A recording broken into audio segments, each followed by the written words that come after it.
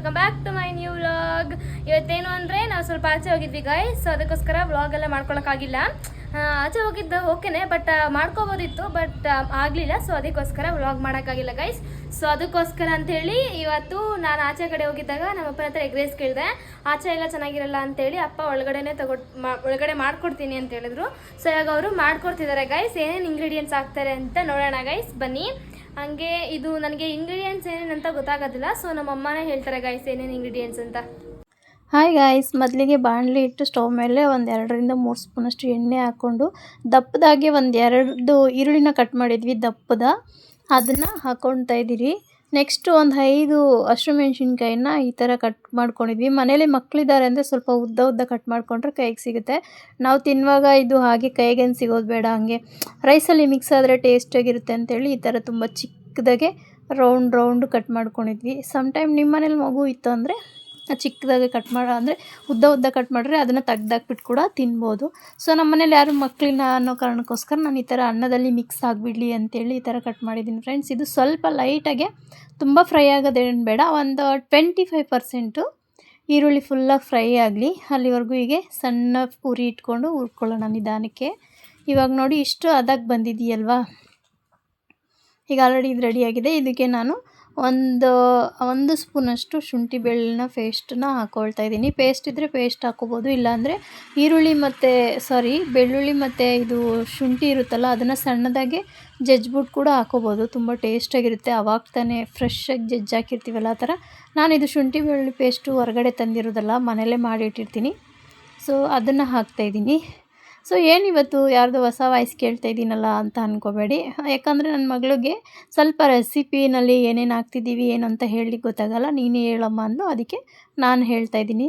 So ನೆಕ್ಸ್ಟಿಗೆ ಒಂದು ಸಣ್ಣದು ಟೊಮೊಟೊನ cut ಮಾಡಿಕ್ಕಿದ್ದೆ, ಅದನ್ನು ಕೂಡ ಹಾಕ್ತಿದ್ದೀನಿ. ನೀವು ಅಂದ್ಕೊಳ್ಬೋದು ಏನು ಯಾರಾದರೂ ಎಗ್ ರೈಸ್ಗೆ ಟೊಮೊಟೊ ಹಾಕ್ತಾರಾ ಅಂತ. ಅದೇ ಹೊಸ್ದಾಗೆ ರೆಸಿಪಿ ಮಾಡ್ತಾರೋದಲ್ವ, ಹಾಗಾಗಿ ಇವಾಗ ಸ್ವಲ್ಪ ರುಚಿಗೆ ತಕ್ಕಷ್ಟು ಉಪ್ಪನ್ನು ಹಾಕ್ಕೊಳ್ತಾ ಇದ್ದೀನಿ.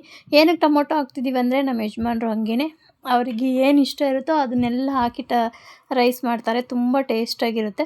ಸೊ ಅದಕ್ಕೆ ನಾನು ಕೂಡ ಬೇಡ ಅಂತೇನು ಹೇಳೋಕ್ಕೆ ಹೋಗಿಲ್ಲ. ಸೊ ಇದು ಚಿಕನ್ ಮಸಾಲನ ಹಾಕ್ಕೊಳ್ತಾ ಇದ್ದೀವಿ, ಒಂದು 3 ಸ್ಪೂನಷ್ಟು, ಮತ್ತು ಗರಂ ಮಸಾಲ.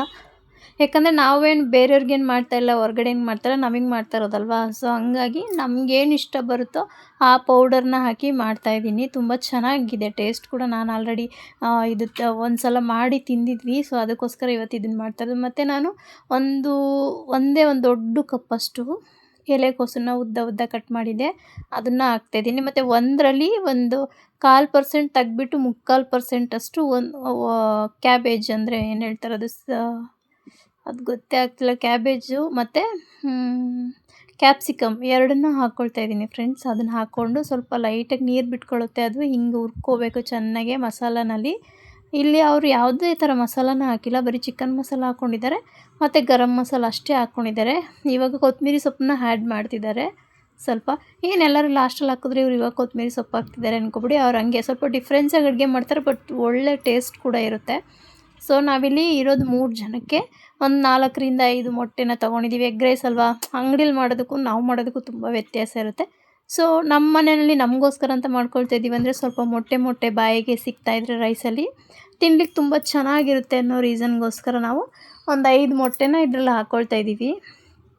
ಇದು ಸ್ವಲ್ಪ ಬಾಣಲಿ ಹಾಗೆ ತಡ ಹಿಡಿಯುತ್ತೆ, ಅದಕ್ಕೆ ಅದನ್ನು ನಮ್ಮ ಮನೆಯವ್ರು ಬೇಗ ಕೈ ತಿರುಗಿಸಿ ಈ ಥರ ಇದು ಮಾಡ್ಕೊಳ್ತಾ ಇದ್ದಾರೆ. ಅದು ಮುದ್ದೆ ಥರ ಕಾಣಿಸ್ತಾ ಇರ್ಬೋದು ನಿಮಗೆ. ರೈಸ್ ಹಾಕಿದ್ಮೇಲೆ ತುಂಬ ಉದ್ರಾಗುತ್ತೆ ನೋಡಿ. ಇವಾಗ ರೈಸೆಲ್ಲ ಹಾಕ್ಬಿಟ್ಟು ಮಿಕ್ಸ್ ಮಾಡಿದ್ವಿ, ನೋಡಿದ್ರಲ್ಲ ಟೇಸ್ಟಿಯಾಗಿ ರುಚಿಕರವಾಗಿ ಮನೆಯಲ್ಲೇ ಒಂದು ಸಿಂಪಲ್ಲಾಗಿ ಎಗ್ ರೈಸನ್ನು ಮಾಡ್ಕೊಂಡಿದ್ದೀನಿ.